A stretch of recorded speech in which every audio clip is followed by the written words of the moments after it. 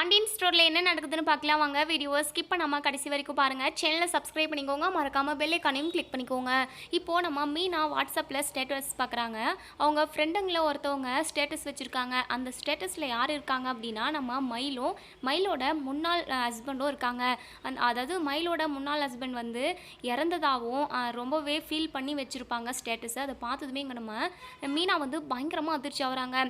உடனே அவங்க ஃப்ரெண்டுக்கு கால் பண்ணி ஏய் கீதா, இந்த ஸ்டேட்டஸில் வச்சுருக்குல்ல அவங்க யாரடி அப்படின்னு சொல்லி கேட்கவும் அவங்க கீதா சொல்கிறாங்க, அதுவா மீனா, அவங்க இறந்து போயிட்டு ஒரு 4-5 வருஷம் ஆகும். அவங்களுக்கு அதுதான் அவங்க வந்து என் அத்தை பையன், அவங்களோட நினைவு நாள் தான் இன்றைக்கி, அதனால தான் ஸ்டேட்டஸ் போட்டிருக்கேன். ஆமாம், பக்கத்தில் இருக்கிறது யார் அப்படின்னு சொல்லி கேட்கவும் அதுதான் அவங்களோட ஒய்ஃபு அப்படின்னு சொல்லிட்டு மயிலை சொல்கிறாங்க. நம்ம மீனா பயங்கரமாக அதிர்ச்சி ஆகிறாங்க. மயிலாக்காவுக்கு ஏற்கனவே கல்யாணம் நடந்திருக்கா, அப்போது இந்த விஷயத்தையும் மறைச்சிருக்காங்களா, இன்னும் எவ்வளோ தான் விஷயம் இந்த மயிலாக்கா மறைச்சிருக்குன்னு தெரியலையே அப்படின்னு சொல்லிட்டு நம்ம மீனா வந்து பயங்கர அதிர்ச்சி ஆகுறாங்க. சரிடி, நான் அப்புறமா பண்ணுறேன் அப்படின்னு சொல்லிட்டு ஃபோனை வச்சிடுறாங்க. இப்போ மீனா ஒரு மாதிரி அப்செட் ஆகிடுறாங்க. மனசுக்குள்ளே படப்படங்குது. என்ன பண்ணுறதுனே அவங்களுக்கு சுத்தமாக புரியவே இல்லை. இப்போது நம்ம மீனா அப்படியே ஒரு மாதிரி இருக்குது முகமெல்லாம். உடனே ராஜ் இருந்துட்டு, அக்கா என்னக்கா உங்கள் முகமே சரியில்லை, யார் கூடயோ ஃபோன் பேசிக்கிட்டு இருந்தீங்க, உங்கள் முகமே ஒரு மாதிரி மாறி போச்சு, என்னக்கா ஆச்சு அப்படின்னு சொல்லி கேட்கவும் அது வந்து ராஜி, அந்த விஷயத்த நான் எப்படி சொல்லுவேன் அப்படின்னு சொல்லிட்டு ரொம்பவே பதட்டப்படுறாங்க. கை கால்லாம் நடுங்குது. என்னக்கா ஆச்சு, ஏன் இப்படியெல்லாம் நடுங்குறீங்க அப்படின்னு சொல்லிட்டு இங்கே நம்ம ராஜ் வந்து கேட்டுக்கிட்டே இருக்காங்க. அது வந்து நான் எப்படி சொல்லுவேன் அப்படின்னு சொல்லிட்டு இன்னொரு சைடிங்க நம்ம மயில் வந்து இந்த வீட்டிலே இருக்கவே கூடாது அப்படின்னு சொல்லிட்டு சரவணன் வந்து சொல்லிக்கிட்டு இருக்கவும் இங்கே பாக்கியா இருந்துட்டு, இங்கே பாருங்க மாப்பிள்ள, நீங்கள் சொல்கிற மாதிரியெல்லாம் என் பொண்ணை வீட்டை விட்டு கூட்டிகிட்டுலாம் போக முடியாது. எங்கள் வீட்டில் வந்து என் பொண்ணு வாழா வெட்டியாக இருக்கிறத பார்த்துட்டு நாங்கள் எப்படி நிம்மதியாக இருக்க முடியும், என் பொண்ணு இந்த வீட்டில் தான் வாழ்வா அப்படின்னு சொல்லிட்டு இங்கே நம்ம பாக்கியம் வந்து நிறையவே அராஜகம் பண்ணிக்கிட்டு இருக்காங்க. இப்போது பாண்டியன் இருந்துட்டு பாக்கியங்கிட்ட, இங்கே பாருங்கள், தேவையில்லாமல் பிரச்சனையெல்லாம் பண்ணாதீங்க, நீங்கள் பண்ணின வரைக்கும் போதும், எங்கள் குடும்பத்தை இப்படியெல்லாம் ஏமாத்திருக்கீங்க, இதுக்கே உங்கள் மேலே கேஸை போட்டு நாங்கள் உங்களை உள்ளே தள்ளியிருக்கணும், இதெல்லாம் நாங்கள் பண்ணாமல் இருக்கிறோமேன்னு சொல்லிட்டு நீங்கள் சந்தோஷப்படுங்க, இனிமேல் நீங்கள் இந்த வீட்டில் இருக்கவே கூடாது, மயில் இந்த வீட்டில் சரவணன் கூட ஒன்று சேர்ந்து வாழவே முடியாது அப்படின்னு சொல்லிட்டு நம்ம பாண்டியனுமே சொல்லிடுறாங்க. இங்கே நம்ம சரவணனுமே, ஆமாப்பா நீங்கள் சொல்கிறது தான் கரெக்டு, கண்டிப்பாக இந்த பொய்க்காரி கூட என்னால் ஒரு நிமிஷம் கூட வாழவே முடியாது, அது மட்டும் இல்லாமல் அவள் முகத்தை பார்க்க எனக்கு எரிச்சலாக இருக்குது, அவளை நான் கொன்று கூட போட்டுருவேன், தயவு செஞ்சு இவங்க 3 பேரையுமே இங்கேருந்து சீக்கிரமாகவே அனுப்புங்க அப்படின்னு சொல்லிட்டு இங்கே நம்ம பாக்கியம் இருந்துட்டு இங்கே மாணிக்கத்துக்கிட்ட, யோ என்னையா பார்த்துக்கிட்டு இருக்க, இவங்க என்னென்னமோ பேசிக்கிட்டு இருக்காங்க, நீயும் சும்மா நின்றுக்கிட்டு இருக்க, இதுக்கு தான் நீ இங்கே பொண்ணை பெற்று கல்யாணத்தை பண்ணி கொடுத்தியா, நாங்கள் எவ்வளோலாம் கஷ்டப்பட்டு பொண்ணை பெற்று கல்யாணம் பண்ணி கொடுத்தோம், இன்றைக்கி என் பொண்ணை வாழ்க்கை கெடுக்க நினைக்கிறீங்க, உங்களை நாங்கள் சும்மாவே விட மாட்டோம் அப்படின்னு சொல்லிட்டு இங்கே மாணிக்கமும் பாக்கியமும் பாண்டியன் கிட்ட சொல்லுவோம். பாண்டியன் இருந்துட்டு, உங்களால் ஆனதை நீங்கள் பார்த்துக்கோங்க, இனிமேல் நீங்கள் இந்த வீட்டில் ஒரு நிமிஷம் கூட இருக்கக்கூடாது அப்படின்னு சொல்லிட்டு இங்கே பாண்டியன் வந்து கட் அண்ட் ரைட்டாக சொல்லிடுறாங்க. ஆனால் பாக்கி இருந்துட்டு, உங்கள் குடும்பத்து மேலேயே நான் கண்டிப்பாக கேஸ் போடுறேன், என் பொண்ணை நான் இப்போ வீட்டுக்கு கூட்டிகிட்டு போகிறேன், ஆனால் கண்டிப்பாக உங்கள் குடும்பத்து மேலே கேஸை போட்டு என் பொண்ணை இந்த வீட்டில் நான் வாழ வைக்க தான் போகிறேன் அப்படின்னு சொல்லிட்டு பாக்கியம் வந்து சவால் விடுறாங்க. இதை கேட்ட நம்ம மீனாவுக்கு பயங்கரமாக டென்ஷன் ஆகுது. இவங்க நகை விஷயத்துலேயும் மறைச்சிருக்காங்க, அதை விட மிக முக்கியமான விஷயம் என்னென்னா மயிலக்காவுக்கு ஏற்கனவே கல்யாணம் நடந்திருக்கு, இந்த விஷயத்தையுமே மறைச்சிருக்காங்க. இவங்க இனிமேல் இந்த வீட்டில் இருக்கக்கூடாது, சரவணன் மாமா ரொம்ப ரொம்ப பாவம், நம்ம எல்லார் முன்னாடியும் எல்லா விஷயத்தையும் சொல்லிடணும், இதுக்கப்புறமும் இந்த குடும்பம் ஏமாறுறத நம்மளால் பார்த்துக்க இருக்கவும் முடியாது, இந்த மயிலக்கா குடும்பம் தான் நம்ம குடும்பத்தை ஏமாற்றிட்டாங்க, நம்மளும் நம்ம குடும்பத்துக்கு துரோகத்தை பண்ணிடவே கூடாது, நமக்கு தெரிஞ்ச உண்மையே நம்ம இப்போவே சொல்லிடணும் அப்படின்னு சொல்லிட்டு மீனா இருந்துட்டு பாக்கியத்தோட அம்மா கிட்ட வந்து, என்னம்மா நீங்கள் ஓவராக தான் பேசிக்கிட்டு இருக்கீங்க, நீங்கள் பண்ணுறது எல்லாமே திருட்டுத்தனம், அயோக்கியத்தனம், இப்படி ஃப்ராடு வேலை பண்ணி எங்கள் குடும்பத்தவே ஏமாற்றி என் மாமாவோட லைஃப்பவே நீங்கள் கெடுத்து வச்சிட்டீங்க அப்படின்னு சொல்லிட்டு இங்கே நம்ம மீனா வந்து சரவணனுக்காக பேசுவோம். பாக்கியம் இருந்துட்டு மீனாவை தப்பாக பேசுகிறாங்க. என்னடி மாமான்னு சொல்லிட்டு ரொம்பவே அக்கறையாக பேசுகிற, மயிலை துரத்தி விட்டுட்டு நீயும் சரவணன் மாப்பிள்ளையே சைடில் வச்சுக்கலான்னு பார்க்குறியா அப்படின்னு சொல்லிட்டு ரொம்பவே கீழ்த்தரமாக சீப்பாக பேசுகிறாங்க. இதை கேட்ட நம்ம மீனா ரொம்பவே ஒரு மாதிரி அப்செட் ஆயிடுறாங்க. நம்ம கோமதி இருந்துட்டு பல்லார்னு வராற பாக்கியத்துக்கு விடுறாங்க. என்ன பேசிக்கிட்டு இருக்கீங்க, உங்களோட புத்தியே இப்படி தானா, எங்கள் வீட்டில் உள்ள யாருமே இப்படி ஒரு தப்பான வேலையை பார்க்க மாட்டாங்க, ஆனால் நீங்கள் எந்த அளவுக்கு நீங்கள் தப்பானவங்களாக இருந்திருந்தால் இப்படியெல்லாம் உங்கள் புத்தி யோசிக்க தோணும் அப்படின்னு சொல்லிட்டு இங்கே நம்ம நம்ம கோமதி வந்து பல்லார்னு ஒரு விடுறாங்க. இங்கே நம்ம சரவணனுக்கு பயங்கரமாக கோவம் வருது, தலைக்கு மண்டைக்கு ஏறுது. பக்கத்தில் உள்ள கத்தி எடுத்துட்டு ஓடி வராங்க. உடனே நம்ம கதிர் வந்துட்டு, அண்ணா கொஞ்சம் பொறுமையாக இருண்ணே ப்ளீஸ்ண்ணா அப்படின்னு சொல்லிட்டு இங்கே நம்ம கதிர் வந்து டைட்டாக இழுத்து பிடிச்சிக்கிறாங்க. டேய் கதிர் என்னை விடுடா, அவங்கள நான் கொண்டு போடுறேன், அவங்களுக்கு என்ன வார்த்தை சொன்னாங்க பார்த்தியா? ஏன் அதாவது மீனா என் தம்பியோட ஒய்ஃபை நான் தங்கச்சி மாதிரி தான் பார்க்குறேன், ஆனால் இவங்க எப்படி கேவலமாக கீழ்த்தரமாக பேசுகிறாங்கன்னு பார்த்தியாடா அப்படின்னு சொல்லிட்டு நம்ம சரவணன் பயங்கரமாக கோவப்படுறாங்க. பாண்டியனுக்கு பயங்கர டென்ஷன் ஆகுது.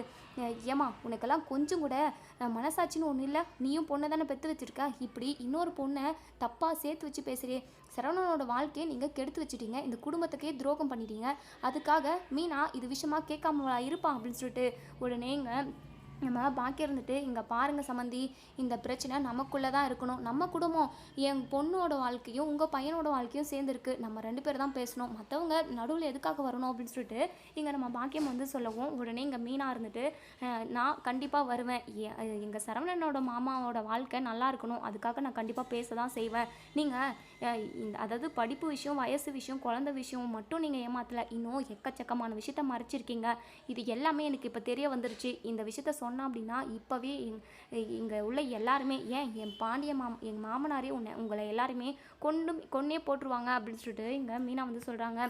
இதை கேட்டதுமே எங்கள் பாக்கியம் வந்து மனசுக்குள்ளே நினைக்கிறாங்க, ஐயோ இன்னும் என்ன போய் கண்டுபிடிச்சிருவா இவ, ஒருவேளை மயிலுக்கு ஏற்கனவே கல்யாணம் நடந்த விஷயத்த கண்டுபிடிச்சிருவாளோ அப்படின்னு சொல்லிட்டு உள்ளுக்குள்ளே அப்படியே ரொம்பவே பதட்டப்படுறாங்க, பயப்படுறாங்க.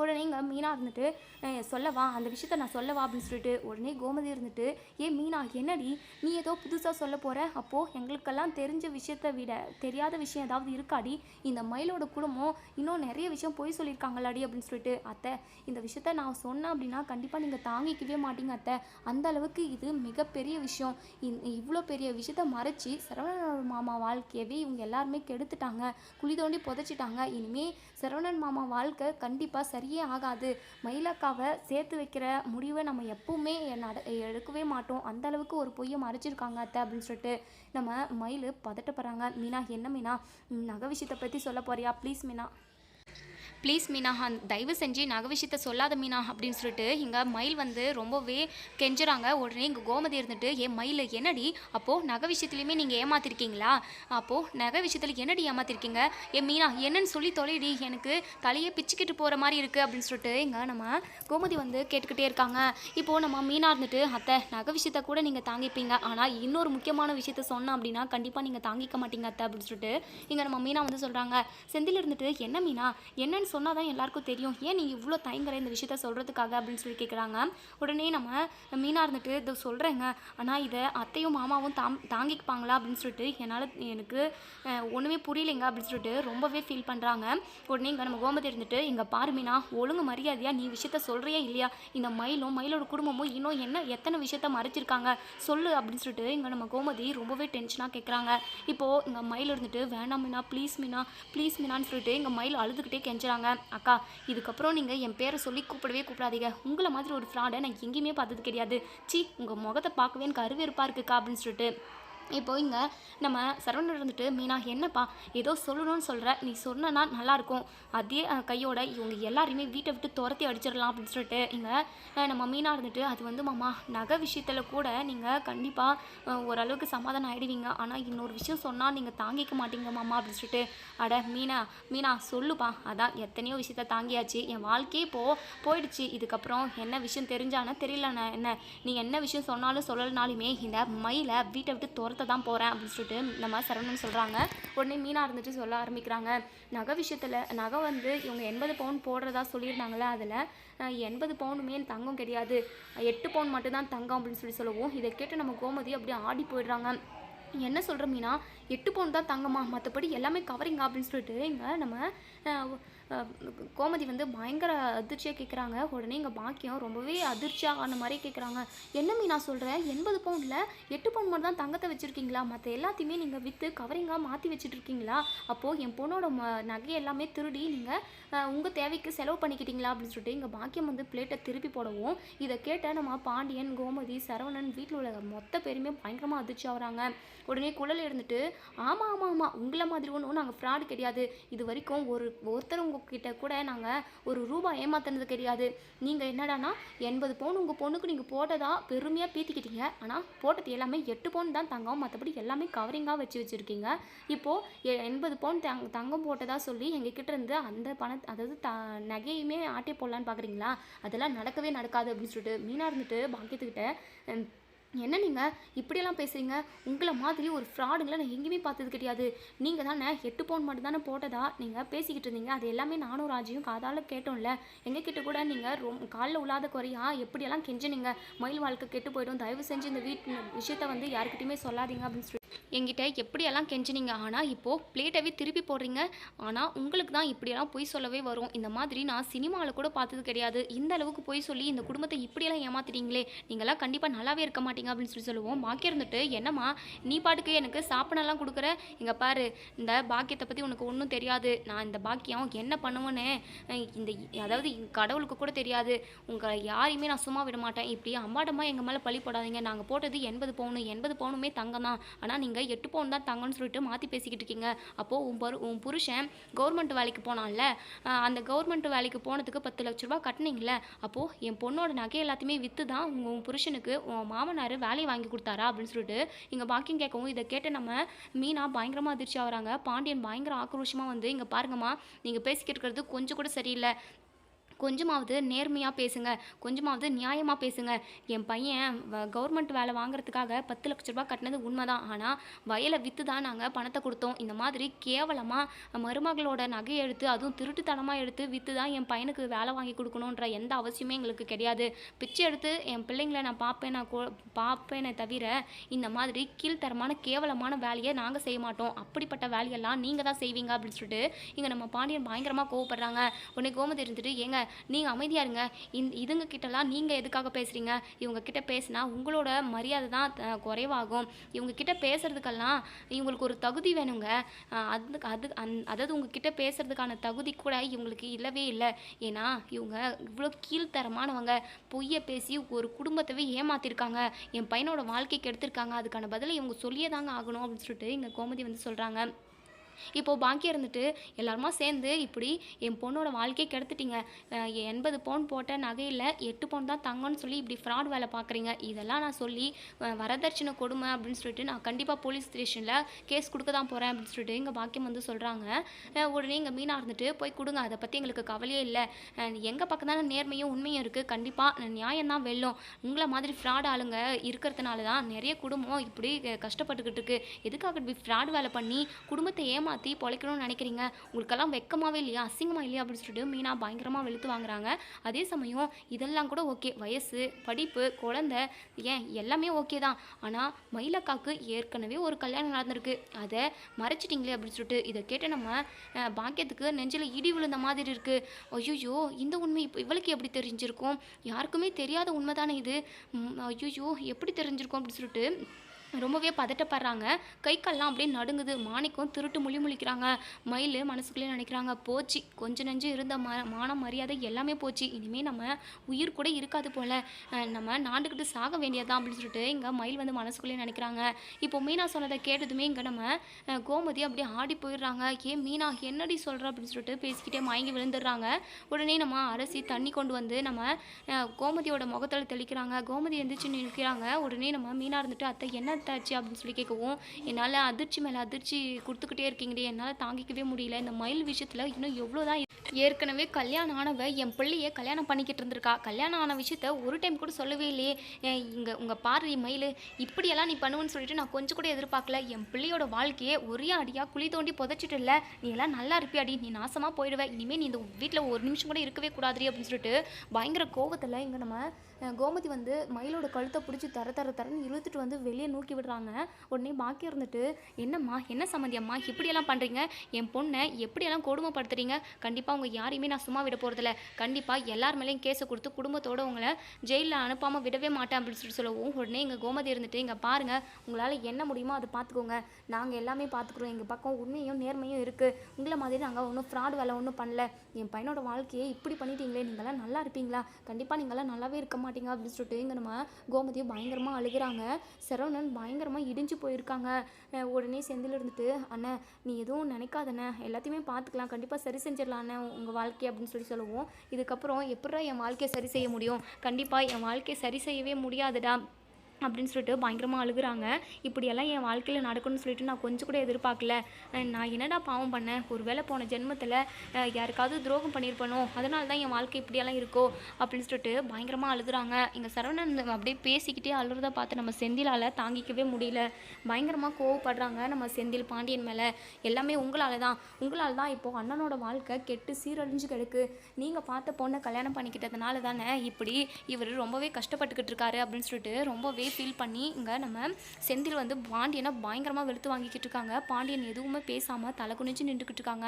மீனா இருந்துட்டு செந்தில்கிட்ட, ஏங்க எதுவும் பேசாதீங்க, எதுக்காகங்க இப்படி மாமாவோட மனசை கஷ்டப்படுத்துறீங்க அப்படின்னு சொல்லிட்டு கேட்கவும், வேற என்ன பண்ணுறது மீனா, இவரால் தான் எல்லாமே ஆச்சு, பாவம் அண்ணன் இப்போ பார்த்தியா எப்படி நொந்து போய் இருக்குன்னு. அண்ணன் லவ் பண்ண பொண்ணை கல்யாணம் பண்ணியிருந்தா கூட ரொம்ப சந்தோஷமாக இருந்திருக்கும். ஆனால் இப்படி கீழ்த்தரமான கேவலமான ஒரு குடும்பத்திலேருந்து பொண்ணை எடுத்து கொடுத்து பொண்ணை கல்யாணம் பண்ணிக்கோன்னு சொல்லி ஒரே வார்த்தை சொன்னதுனால அண்ணன் மயிலோட கழுத்தில் தாலி கட்டினாரு. இப்போது அண்ணன் இப்போ எம்புட்டெல்லாம் கஷ்டப்பட்டுக்கிட்டு இருக்கு. கஷ்டமோ நஷ்டமோ உனக்கும் எனக்கும் பிடிச்சி கல்யாணம் ஆச்சு, நீயும் நானும் இப்போ வரைக்கும் சந்தோஷமாக தானே இருக்கோம். ஏன் கதிர்க்கும் ராஜுக்கும் ஏதோ யதார்த்தமான ஒரு சுச்சுவேஷனில் தான் கல்யாணம் நடந்துச்சு. இப்போ அவங்க 2 பேருமே கூட ரொம்ப நல்லா இருக்காங்க. ஆனால் அப்பா பார்த்து வச்சு பொண்ணு இப்போது அண்ணனோட வாழ்க்கையவே கெடுத்துருச்சு. இப்போ அண்ணனோட வாழ்க்கைக்கு யார் பதில் சொல்கிறது, அண்ணனோட மனசு எவ்வளோ நொந்திருக்கும், அதுக்கெல்லாம் இப்போ யார் மருந்து போட்டு விடுறது அப்படி இப்படின்னு சொல்லிட்டு இங்கே நம்ம செந்தில் பயங்கர கோபமாக பேசிக்கிட்டு இருக்காங்க. எங்க கொஞ்சம் பொறுமையாக இருங்க, பாவம் மாமாவுமே இப்போது அவருமே ரொம்பவே ஏமாந்து போய் தான் இருக்காரு. நல்ல குடும்பம் நல்ல பொண்ணுன்னு சொல்லி தான் தன்னோட பிள்ளை வாழ்க்கை நல்லா இருக்கும்னு சொல்லிட்டு தான் அவங்க இப்படி ஒரு கல்யாணத்தை பண்ணி வச்சுருக்காங்க. இந்த மயிலக்கா குடும்பத்தில் உள்ளவங்க இப்படியெல்லாம் பொய் சொல்லுவாங்கன்னு சொல்லிட்டு யாருக்குங்க தெரியும். மாமாவே ரொம்பவே ஏமாந்து போய் தான் இருக்காரு. நீங்கள் திரும்பவும் மாமாவோட மனசை கஷ்டப்படுத்தாதீங்க அப்படின்னு சொல்லிட்டு நம்ம மீனா சொல்கிறாங்க. மீனா நீ என்ன தான் சொன்னாலும் எல்லாத்துக்கும் காரணம் இந்த ஆள் தான். இவருக்கெல்லாம் இனிமேல் நான் மரியாதையே கொடுக்க மாட்டேன். இவர் அப்போத்துலேருந்து எங்களை எம்பிட்டோ வேலை வாங்குவார், எங்களுக்கு பிடிச்ச மாதிரி ஒன்று கூட செய்ய மாட்டேறாரு. எப்படியோ நான் உன்னை பிடிச்சி போய் கல்யாணம் பண்ணிக்கிட்டேன், எப்படியோ நம்ம வாழ்க்கை நல்லாயிருக்கு. ஆனால் அண்ணனோட வாழ்க்கையை நினச்சாதான் எனக்கு ஒவ்வொரு நிமிஷமும் அப்படியே பைத்தியமே பிடிக்குது. அண்ணனோட வாழ்க்கையை எப்படி சரி செய்ய முடியும், அண்ணனோட மனசை நம்ம எப்படி சரி செய்யறது, அவர் ரொம்பவே நொந்து போயிருக்காரு, என்ன பண்ணுறதுனே எனக்கு ஒன்றுமே தெரியல மீனா அப்படின்னு சொல்லிட்டு ரொம்பவே புலம்பிக்கிட்டே இருக்காங்க நம்ம செந்தில். இன்னொரு சைடு இங்கே நம்ம கோமதி வந்துட்டு, போதும் நிறுத்துங்கடா, நடந்ததெல்லாம் போதும், அவருக்கே எதுவுமே தெரியாதுல்ல, அவரே ஏமாந்து போய் தான் நிற்கிறாரு, நீ என்னடானா அவர் மனசை காயப்படுத்திக்கிட்டு இருக்க அப்படின்னு சொல்லிட்டு வெளியே மயில் பயங்கரமாக அழுதுகிட்டே இருக்காங்க. இங்கே பாக்கியம் வந்து உள்ளே வரவும் உடனே இங்கே பாண்டியன் இருந்துட்டு, ஒழுங்கு மரியாதையாக வெளியே போயிடுங்க, உங்களுக்கு அவ்வளோதான் மரியாதை, உங்களால் இப்போ நானும் அவமானப்பட்டு நிற்கிறேன், அவமானப்பட்டு நிற்கிறத விட என் பையனோட வாழ்க்கையே போச்சு, இன்னைக்கு என் பையனோட வாழ்க்கைக்கு யார் பதில் சொல்கிறது அப்படின்னு சொல்லிட்டு இங்கே நம்ம பாண்டியன் வந்து பயங்கர கோவப்படுறாங்க. இப்போ மாணிக்கம் இருந்துட்டு, இங்கே பாருங்கள் சம்மந்தி, எதுவாக இருந்தாலும் பேசி எடுத்துக்கலாம். இப்போது நம்ம இவங்க 2 பேரும் பிரித்து வச்சோம் அப்படின்னா 2 குடும்பத்துக்கும் கஷ்டம். இப்போது என் பொண்ணோட வாழ்க்கையும் கெட்டு போகும், உங்கள் பையனோட வாழ்க்கையும் கெட்டு போகும். இப்படி யாருமே சந்தோஷமாக இல்லாமல் கஷ்டப்படுறதுக்காக இப்படி ஒரு வாழ்க்கையை நம்ம ஆரம்பித்து கொடுத்தோம் அப்படின்னு சொல்லுவோம். எல்லாமே உங்களால் தான். நீங்கள் இப்படி பண்ணதுனால தானே, நீங்கள் போய் ஃப்ராட் பேசுறதுனால தானே என் பையனோட வாழ்க்கை கெட்டு கிடக்குது. எல்லாத்துக்குமே காரணம் நீங்கள் தான். ஒழுங்கு மரியாதையை என் கண்ணில் படாமல் இங்கேருந்து போயிடுங்க, இல்லைனா நான் என்ன பண்ணுவேன்னு எனக்கே தெரியாது அப்படின்னு சொல்லிட்டு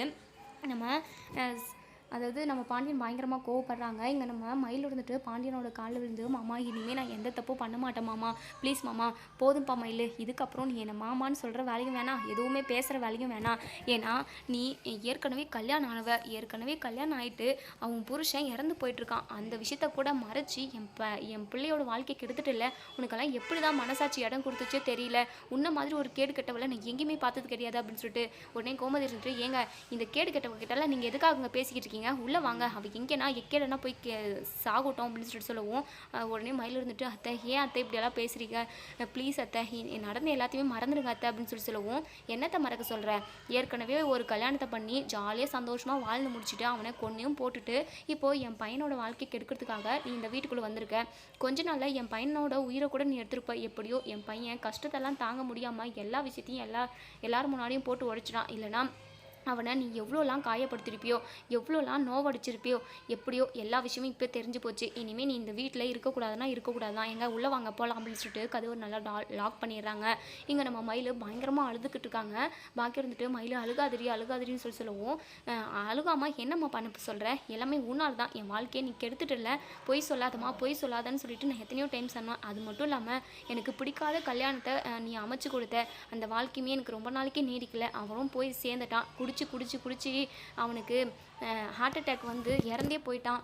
அப்படிப்பட்டவனை ஒருத்தவனை குடிக்காரனை கல்யாணம் பண்ணி வச்சு என் மொதல் வாழ்க்கையை அப்படி கெடுத்து விட்டேன். ரெண்டாவது வாழ்க்கையாக வச்சு உண்மையை சொல்லி கல்யாணம் பண்ணுமா அப்படின்னு சொன்னால் 1008 பொய்யை சொல்லி கல்யாணத்தை பண்ணி வச்சேன். இன்றைக்கி என் வாழ்க்கை பார்த்தியா எப்படி இருக்குன்னு சொல்லிட்டு அப்படின்னு சொல்லி இங்கே மயில் பயங்கரமாக அழுகுறாங்க. இனிமேல் நான் உயிரோடவே இருக்க மாட்டேன், நான் செத்து போயிடுறேம்மா அப்படின்னு சொல்லி சொல்கிறாங்க. உடனே இங்கே பாக்கி இருந்துட்டு மயிலை நெஞ்சு மேலே அதாவது சாய வச்சுக்கிறாங்க. இங்கே பாரு மயில், நீ கோவத்தில் எந்த ஒரு முடிவும் எடுக்காதம்மா, எல்லாமே கோவத்தில் இருக்கிறது எல்லாமே தப்பாக தான் இருக்கும். நீ வா வீட்டுக்கு போகலாம், வீட்டுக்கு போயிட்டு எதுவாக இருந்தாலும் நம்ம பேசிக்கலாம், கொஞ்ச நாள் ஆற போடுவோம், கோவம் எல்லாமே குறையும், அதுக்கப்புறம் நம்ம மாப்பிள்ளை வீட்டில் வந்து பேசுவோம், எல்லாமே சரியாயிடும் மயில், நீ கவலைப்படாத மயில் அப்படின்னு சொல்லிட்டு ஆறுதல் சொல்கிறாங்க. கண்டிப்பாக இந்த விஷயம் எப்போவுமே சரியாக ஆகாது, என்றைக்குமே சரியாகாது அப்படின்னு சொல்லிட்டு இங்கே நம்ம மயில் வந்து பயங்கரமாக அழுகுறாங்க. மாணிக்கத்துக்குமே ரொம்பவே கவலையாக இருக்குது. இன்னொரு சைடு சுடர் வந்து பாக்கியத்துக்கு கால் பண்ணுறாங்க. பாக்கியமே கால் அட்டன் பண்ணி சொல்லு சுடர் அப்படின்னு சொல்லுவோம். என்னம்மா ரொம்ப நேரம் ஆச்சு போயிட்டு, வீட்டுக்கு நீங்கள் ஆளே வரல, அம்மா அக்கா வீட்டில் என்னம்மா விசேஷம் அப்படின்னு சொல்லுவோம். அதை எதுக்கடி சொல்கிற அப்படின்னு சொல்லிட்டு இங்கே பாக்கியம் வந்து அழுறாங்க. சுடர் இருந்துட்டு என்னம்மா ஆச்சு, ஏம்மா அழுகுற அப்படின்னு சொல்லிட்டு கேட்குறாங்க. இப்போது இங்கே சுடர்கிட்ட நடந்த விஷயத்த எல்லாத்தையுமே சொல்கிறாங்க. சுடர் பயங்கரமாக அதிர்ச்சி ஆகுறாங்க. என்னம்மா சொல்கிற அப்படின்னு சொல்லி கேட்கவும், ஆமாடி சரி இரு, நான் மயிலை கூட்டிக்கிட்டு வீட்டுக்கு தான் வரேன், ஃபோனை வை அப்படின்னு சொல்லிட்டு ஃபோனை வைக்கிறாங்க. இப்போது ஒரு ஆட்டோ பிடிச்சி நம்ம மயிலும் அவங்க அப்பா அம்மாவும் வீட்டுக்கு போய் வந்துடுறாங்க.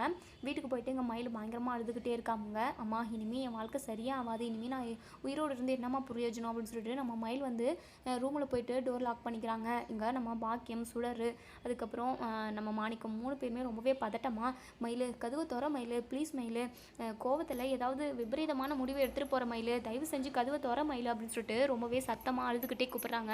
இல்லைம்மா இனிமேல் நான் உயிரோடு இருந்து என்ன பிரயோஜனம், அவ்வளோதாம்மா என் வாழ்க்கையே போச்சு, இனிமேல் நான் உயிரோடு இருக்க மாட்டேன், சரவணன் மாமா கூட ஒன்று சேர்ந்து வாழணும்னு சொல்லிட்டு நான் எவ்வளவோ ஆசைப்பட்டேன், ஆனால் ஒரு நாள் கூட நான் எப்போவுமே நிம்மதியாகவே இருந்ததவே கிடையாது, எல்லாமே உங்களால் தான், எனக்கு நிம்மதியான ஒரு வாழ்க்கை இல்லை, நான் போகிறேன் அப்படின்னு சொல்லிட்டு இங்கே நம்ம மயில் வந்து பயங்கரமாக அழுதுகிட்டே இருக்காங்க. இப்போது நம்ம மாணிக்கம் ரொம்பவே ஃபோர்ஸாக கதவை உடச்சி உள்ளே போகிறாங்க. இங்கே நம்ம மயில் வந்து பாக்கியத்து மேலே கட்டி பிடிச்சிக்கிட்டு பயங்கரமாக அழுகுறாங்க. அம்மா என்னம்மா பண்ணுறது, என் வாழ்க்கை 2 வாழ்க்கையுமே இப்படி போயிடுச்சு அப்படின்னு சொல்லிட்டு பயங்கரமாக அழுகுறாங்க. மயில் கொஞ்ச நாள் இப்படி தாண்டி இருக்கும், போக போக எல்லாம் சரியாயிடும், அதுக்கப்புறம் நம்ம சம்மந்தி வீட்டில் போய் பேசலாண்டி அப்படின்னு சொல்லிட்டு, கண்டிப்பாக அவங்க யாருமே என்னை ஏற்றுக்கவே மாட்டாங்கம்மா அப்படின்னு சொல்லிட்டு அழுகுறாங்க. இப்போது இன்னொரு சைடு இங்கே நம்ம பழனிக்கு பாண்டியன் வீட்டில் என்ன நடந்துச்சுன்னு தெரியாமல் ரொம்பவே குழம்பி போயிருக்காங்க. இப்போது நம்ம அப்பத்தா இருந்துட்டு பழனிக்கிட்ட சொல்கிறாங்க, கோமதியோட வீட்டில் ஏதோ பிரச்சனை பழனி, என்னன்னே தெரியல, அவங்க அழுகுற சத்தமாக கேட்டுக்கிட்டே இருக்குது, நீ என்ன ஏதுன்னு சொல்லிட்டு போய் கேட்டுட்டு வந்துடுறியா அப்படின்னு சொல்லவும், சரி அப்பத்தா ஆத்தா அப்படின்னு சொல்லிட்டு இங்கே நம்ம பழனியுமே பாண்டியனோட வீட்டுக்குள்ளே அப்போ தான் காலை எடுத்து வைக்கிறாங்க. இப்போது வீட்டில் எல்லாருமே ஆளுக்கு ஒரு மூலையில் உட்காந்து அழுதுகிட்டு இருக்காங்க. இப்போது இங்கே நம்ம பழனி பாண்டியன் கிட்ட போயிட்டு, மச்சான் என்ன மச்சான் எல்லாரும் இப்படி இருக்கீங்க, கடையை கூட எப்போவுமே நீங்கள் ஓப்பன் அதாவது மூடாமல், அதாவது ஒரு நாள் கூட மூடனதே கிடையாது, இன்றைக்கி மூடி இருந்தது, என்னாச்சுன்னே தெரியல, ஏதோ பிரச்சனைன்னு சொல்லி தான் வந்தேன், என்ன பிரச்சனை சொல்லுங்கள் மச்சான் அப்படின்னு சொல்லிட்டு இங்கே நம்ம பழனி வந்து கேட்குறாங்க. நம்ம பாண்டியன் வந்து ரொம்பவே சைலண்ட்டாகவே இருக்கிறாங்க. இப்போது கோமதி கிட்ட வந்து கேட்குறாங்க, அக்கா சொல்லுக்கா, நீயாவது சொல்லுக்கா, என்னக்கா ஆச்சு சொல்லுக்கா அப்படின்னு சொல்லிட்டு அழுதுகிட்டே கேட்கவும், அப்போ தான் நம்ம கதிர் வந்து எல்லா விஷயத்தையுமே சொல்கிறாங்க. இதை கேட்டு நம்ம பழனி பயங்கரமாக அதிர்ச்சி ஆகிறாங்க. உடனே சரவணன் கிட்ட வந்து, டே சரவணாக்கு என்னடா இதெல்லாம், இவ்வளோ பெரிய உண்மையை மறைச்சி வச்சிருந்துச்சா அந்த மயில் பிள்ளை, இப்படியெல்லாம் பண்ணுவாங்கன்னு நான் எதிர்பார்க்கவே இல்லைடா அப்படின்னு சொல்லிட்டு இங்கே நம்ம சரவணனுமே அழுகுறாங்க. பழனியை கட்டி பிடிச்சிக்கிறாங்க. டே சரவணா அழுகாதுடா, எல்லாமே சரியாயிடும்டா அப்படின்னு சொல்லிட்டு இப்போது இவங்க எல்லாருமே ரொம்பவே ஃபீல் பண்ணிக்கிட்டு இருக்காங்க. எல்லாருக்குமே ஆறுதல் சொல்கிறாங்க. நம்ம பழனியை வந்து நம்ம பாண்டியன் எதுவுமே பேசலை. இப்போது பாண்டியன் வந்து பழனிக்கிட்ட வந்து, டே பழனி என்னை மன்னிச்சிட்றா அப்படின்னு சொல்லிட்டு, ஐயோ மச்சான் எதுக்காக மச்சான் மன்னிப்பெல்லாம் கேட்குறீங்க அப்படின்னு சொல்லிட்டு சொல்லவும், நம்ம பழனியை வந்து நம்ம பாண்டியன் வந்து கட்டி பிடிச்சிக்கிறாங்க. அதுக்கப்புறம் அதாவது கடையில் 1100 ஒரு டைம் காணாமல் போச்சு இல்லைடா, அந்த பணத்தை வந்து மயிலோட அப்பா தான் எடுத்திருக்காரு, அவங்க மேலே கூட சந்தேகப்படாமல் 30 வருஷமாக அந்த வீட்டுக்கும் அந்த கடைக்கும் நீ அவ்வளோ வேலை செஞ்சு விசுவாசமாக இருந்த, உன் மேலே நான் சந்தேகப்பட்டுட்டேனேடா அப்படின்னு சொல்லிட்டு இங்கே நம்ம பாண்டியன் வந்து பயங்கரமாக அழுகுறாங்க. ஐயோ மச்சான், நான் அதெல்லாம் எதுவும் தப்பாகவே நினச்சிக்கல மச்சான். இப்போ வரைக்குமே நான் நம்ம குடும்பத்துக்கு துரோகமே எப்போவுமே நினச்சது கிடையாது மச்சான், ப்ளீஸ் மச்சான் அப்படின்னு சொல்லிட்டு இங்கே நம்ம பழனி வந்து ரொம்பவே ஃபீல் பண்ணி சொல்லவும், பாண்டியன் இருந்துட்டு இங்கே பாரு பழனி, உன்னை நான் ரொம்ப தப்பாக நினச்சிட்டேன். நீ எவ்வளோ வருஷமாக நம்ம கூடவே இருந்த, ஆனால் உன் மேலே நம்பிக்கை இல்லாமல் போயிடுச்சேடா. டே பழனி, என்னை மன்னிச்சிடுறா அப்படின்னு சொல்லிட்டு, சரவணனோட வாழ்க்கையை நினச்சா எனக்கு ரொம்ப கஷ்டமாக இருக்குடா. அவனோட வாழ்க்கை இப்படி ஆகும்னு சொல்லிட்டு நான் கொஞ்சம் கூட எதிர்பார்க்கலடா அப்படின்னு சொல்லிட்டு இங்கே நம்ம பாண்டியன் ரொம்பவே ஃபீல் பண்ணுறாங்க. மச்சான் கவலைப்படாதீங்க மச்சான், எல்லாமே சரியாயிடும் மச்சான் அப்படின்னு சொல்லிட்டு அதுக்கப்புறம் இங்கே நம்ம பழனியுமே அங்கேருந்து வந்துடுறாங்க. நம்ம அப்பத்தா கிட்ட நடந்த விஷயத்த எல்லாத்தையுமே சொல்லுவோம். நம்ம அப்பத்தாவுமே ரொம்பவே கவலைப்படுறாங்க. இதை கேட்டு நம்ம சக்திவேல் வந்து ரொம்பவே சந்தோஷப்படுறாங்க. சூப்பர், இப்படி தான் அந்த குடும்பத்துக்கெல்லாம் நடக்கணும். இந்த பாண்டியன் பரதேசி பையன் இப்படியெல்லாம் கஷ்டப்பட்டுக்கிட்டே தான் இருக்கணும். அவனோட கடையுமே அவன் மூடிடணும். அதே சமயம் அவங்க குடும்பத்தில் உள்ள எல்லாருக்குமே கெட்டது மேலே கெட்டது நடந்துக்கிட்டே தான் இருக்கணும் அப்படின்னு சொல்லிட்டு சக்திவேல் சிரிக்கவும், பழனி இருந்துட்டு என்னென்ன இவ்வளோ கேவலமாக நினைக்கிற, எதிரி அதாவது மற்றவங்களுக்கு இப்படியெல்லாம் நம்ம சாபமும் சரி அதாவது கெடுதலும் நினைக்கக்கூடாது. ஏன்னா இப்படி இவ்வளோ சீப்பாக பேசுகிற அப்படின்னு சொல்லிட்டு, டேய் பழனி, உனக்கு எதுவும் தெரியாதுடா. இத்தனை வருஷமாக நீ அந்த குடும்பத்துக்கு எவ்வளோ விசுவாசமாக இருந்த, எடுபடி வேலையெல்லாம் செஞ்சுக்கிட்டு இருந்தில்ல. ஆனால் உன்னை யாராவது மதிச்சாங்களா? கடைசியில் உனக்கு துரோகன்ற பட்டத்தை கட்டி தானே அனுப்புனானுங்க. ஆனால் அப்போ கூட உனக்கு புத்தியாக வராதில்ல. அக்கா குடும்பம் மச்சான் குடும்பம்னு சொல்லிட்டு அவங்க மேலே தான் மொத்த பாசமும் உனக்கு இருக்குது அப்படி தானே அப்படின்னு சொல்லிட்டு உடனே சுகன்யா இருந்துட்டு, மாமா ஆமாம் மாமா, இவர்களுக்கு அவங்க மேலே தான் மொத்த பாசமும் இருக்குது. கடையை பற்றி கூட கொஞ்சம் கூட கவலை இல்லை. மச்சான் கடை ஓப்பனில் இல்லையே, மச்சான் கடை மூடி இருக்குது அப்படின்னு சொல்லிட்டு இவங்க அந்த நினைப்பிலே தான் இருந்தாங்க அப்படின்னு சொல்லிட்டு இங்கே நம்ம பழனி இருந்துட்டு, சுகன்யா வாயை மூடிக்கிட்டு இரு, நீ எதுவுமே இந்த விஷயத்தில் பேசக்கூடாது. மச்சானோட குடும்பமே இன்றைக்கி கஷ்டப்பட்டுக்கிட்டு இருக்குது. சரவணனோட வாழ்க்கையே இப்போது கேள்விக்குறியாக இருக்குது. அதனால் நினச்சா எனக்கு எவ்வளோ மனசு கஷ்டமாக இருக்குது தெரியுமா அப்படின்னு சொல்லிட்டு நம்ம பழனி ரொம்பவே ஃபீல் பண்ணிக்கிட்டு இருக்காங்க. இதோட இந்த ரிவ்யூ முடியுது. இதுக்கப்புறம் என்ன நடக்கு சொல்லி வெயிட் பண்ணி பார்ப்போம் ஃப்ரெண்ட்ஸ். வீடியோ பிடிச்சிருந்தா லைக் பண்ணி கமெண்ட் பண்ணி தெரிவிங்க. உங்களுக்கு என்ன தோணுது, உங்களோட கருத்துக்களை கமெண்ட் பாக்ஸில் கமெண்ட் பண்ணி தெரிவிங்க. நம்ம மயிலை வந்து கண்டிப்பாக நம்ம சரவணன் வந்து கடைசி வரைக்கும் ஏற்றுக்கவே மாட்டாங்க அப்படின்னு நினைக்கிறவங்க இந்த வீடியோ கீழே ஹார்ட் அதாவது ரெட் கலர் ஹார்ட் தட்டி விட்டு போங்க. தேங்க்யூ.